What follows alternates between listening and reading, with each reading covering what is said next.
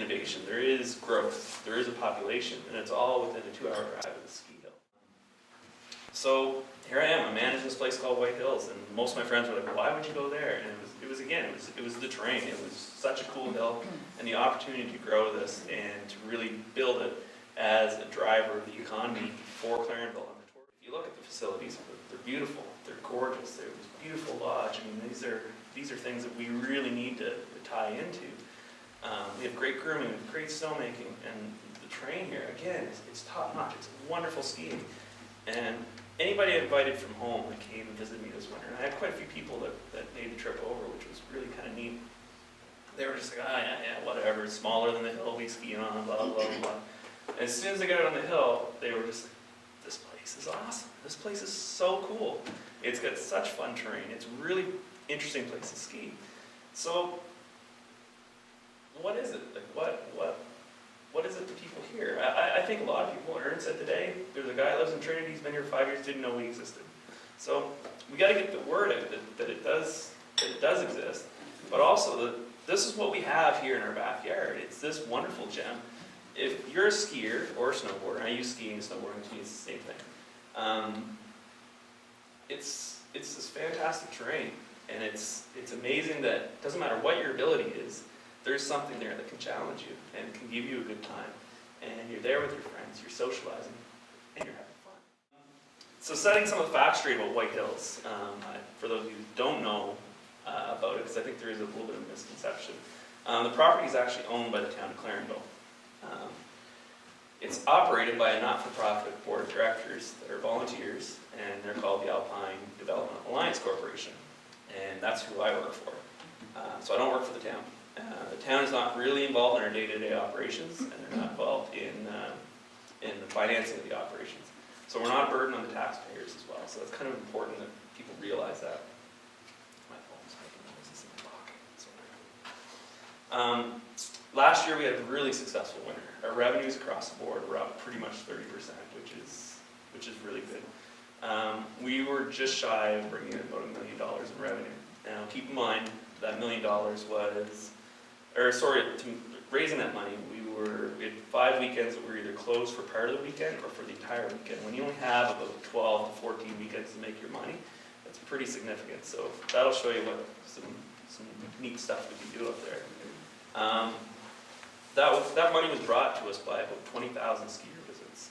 So that includes our season pass holders. So of our season pass or of our visitors, 85% of them come from outside of this area.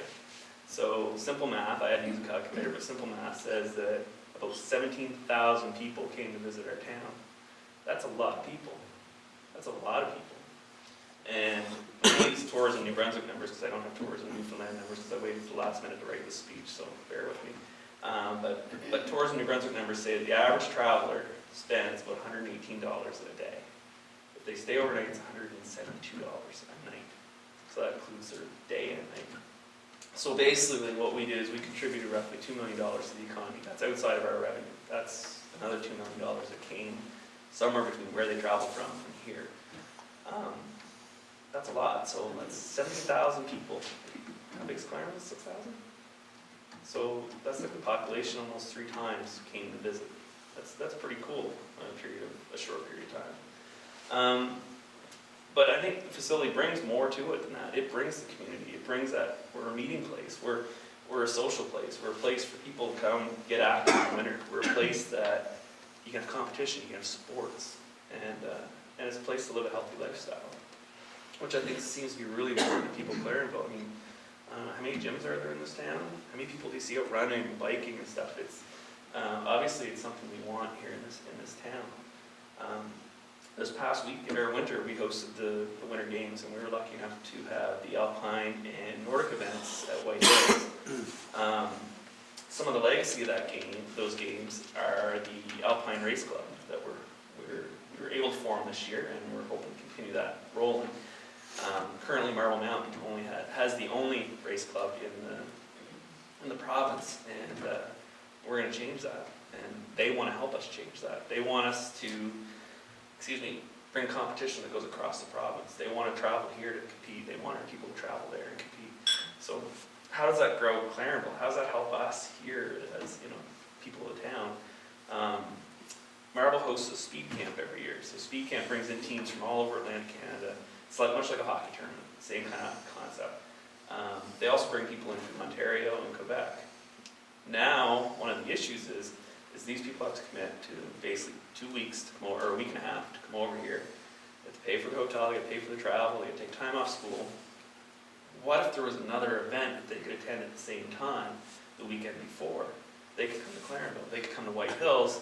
Now it's 2 races, you have your speed camp in the middle, you have 2 different groups of races, and it didn't cost anybody that much more money. They're already traveling anyway, and now they're staying in our hotels, they're staying in eating food in our restaurants, they're going to our malls, buying stuff in our community. This is how it'll help grow in the community, and this is a great legacy from the games that we didn't even expect. We didn't think that side of it, but I think it's going to help, and it's a big part. Growing that even further, Nick and his wife are trying to start a snowboard association through the hill with us as well. And snowboarding is probably 70% of our business. So now if you look at that can grow even bigger than the ski side of it. We're going to be the hub on the snowboarding side of things. We're going to be inviting Marble to come see us instead of the other way around. So I think it's a way we can grow as well. This doesn't even touch on the cross-country side of things, because that side is growing as well. I mean, they're a different kind of organization than us, but we share facilities, we share people, and whatnot. So, moving on, we got the Snowboarding Association, and big project we're working on right now is the Winter Tourism Partnership, which is the town of Clarenville, Clarenville Nordic Club, the East Coast Snowmobile Association, and the Autism Society of Newfoundland and Labrador. We're basically making White Hills and Clarenville basically the place to be for winter tourism on the east coast of Newfoundland. We have a new racetrack that's being constructed. New racetrack is being constructed right now. There's new snowmobile trails that are all going to come through up by the ski hill.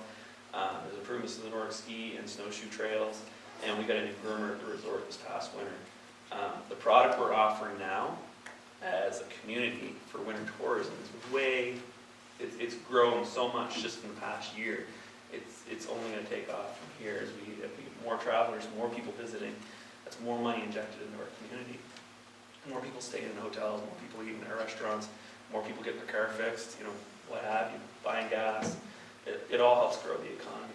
And the whole part of this is that, and it goes back to, as a kid, this is all 100% about having fun. It's about having fun with your friends. It's about having fun with your family. And we need to turn the corner of I hate winter. Like, how many people in here really love winter? What's that? Everybody loves winter. Yay! Girl pride. Yeah, I got my phone. Okay. But why hate winter? I mean, you can dislike, the cold. You can dislike shoveling snow because it sucks. It's not much fun. But winter is who we are. We're stuck with it. It's not going to change. We're going to have winter. It's going to be cold. Why not embrace it? Why not get out? Why not enjoy it? As much as I'm saying with tourism, we're bringing people into here, it's also about our community and using these assets and using these facilities.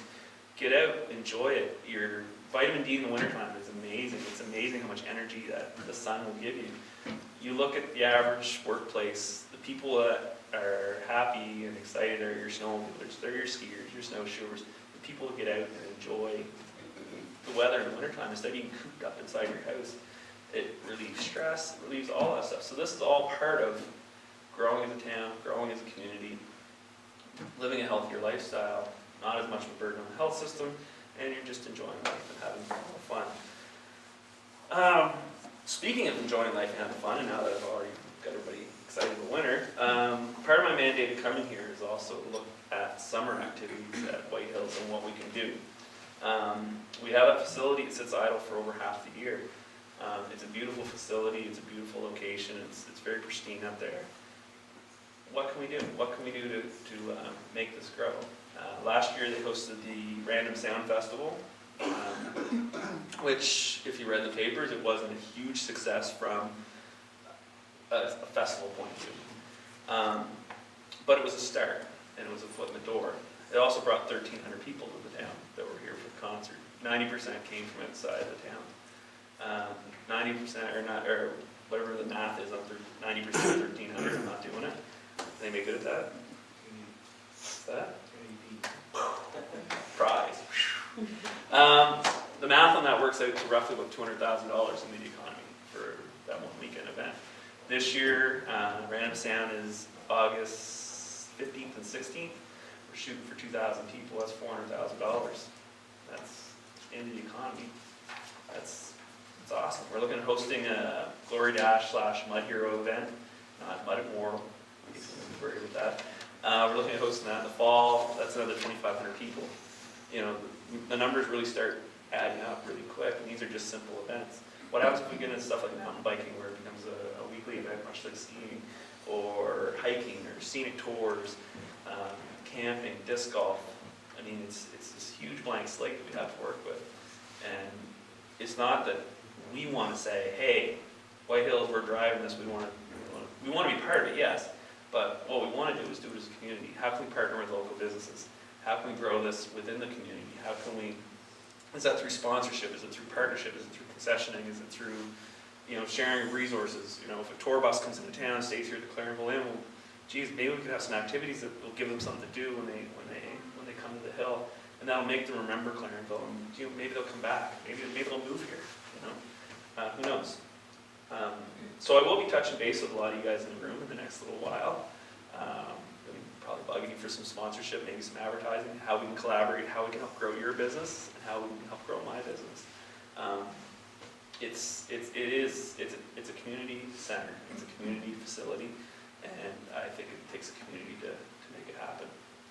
So we're open to ideas, open to concepts, and I'd love to hear from you guys if you have any questions or comments. I'd love to hear it, and how we can work together.